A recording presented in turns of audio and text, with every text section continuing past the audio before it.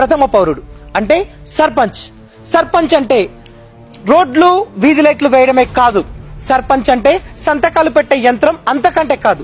సర్పంచ్ అంటే పంచాయతీలు చెప్పడమే కాదు. సర్పంచ్ అంటే ఖద్దరు బట్టలు వేసుకొని కారులో తిరగడం అంతకంటే కాదు.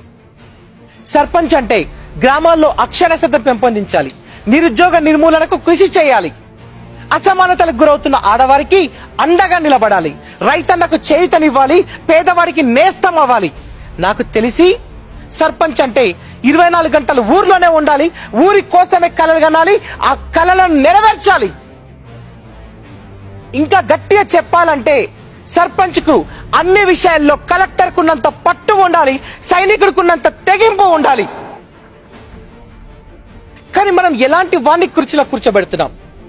ప్రతి 5 సంవత్సరాలకు ఒకసారి 500 రూపాయలు ఇచ్చి ప్రతి సంతకానికి 500 రూపాయలు లంచం తీసుకునే అవినీతి పరున్నా మన బాధల్ని తీర్చేవాడిని కాకుండా మనల్ని బాధితులు చేసేవాడిని అనుకుంటున్నాం. చచ్చేంత వరకు ఊర్లో ఉన్నవాడిని కాకుండా చుట్టం చూపుల ఊరికి వచ్చేవాడిని అనుకుంటున్నాం. అసలు సర్పంచ్ తెలియాల్సిన విషయాలు చాలా ఉన్నాయి.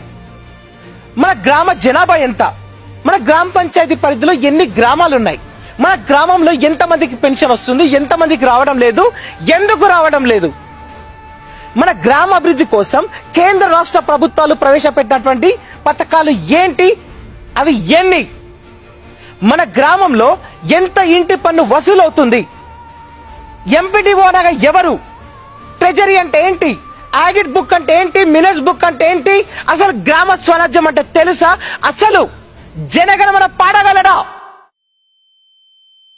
ఇవన్నీ సర్పంచ్ అభ్యర్థులకు తెలవాల్సిన అవసరం ఎంతో ఉంది. మార్కెట్ లో కూరగాయలు ఏరేని మరి కొంటాం, ప్యాకెట్ లో ఉన్నటువంటి చివరి నూనె బొట్టును కూడా వదిలిపెట్టాం, షాపింగ్ లకు గంటల తరబడి సమయాన్ని కేటాయిస్తాం. అలాంటిది మనందరి తలరాతలు మార్చే మన నాయకుడి ఎన్నిక కోసం ఎందుకు 10 నిమిషాల సమయాన్ని కూడా కేటాయించాం? అక్కయ్య, ఈరోజు నీకు ఓటుకో చీరిచ్చేవాడు ముఖ్యమా, లేదా ఉపాధి హామీ పథకంలో మగవారితో సమానంగా నీకెందుకు డబ్బులు ఇవ్వరు అని అడిగి నీ తరపున నిలబడేవాడు ముఖ్యమా?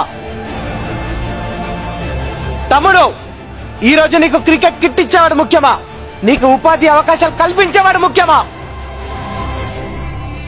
పెద్దాయన, ఈరోజు నీకు మందు మాంసం ఇచ్చేవాడు ముఖ్యమా, లేదా చదువుకుంటున్న నీ మనమడికి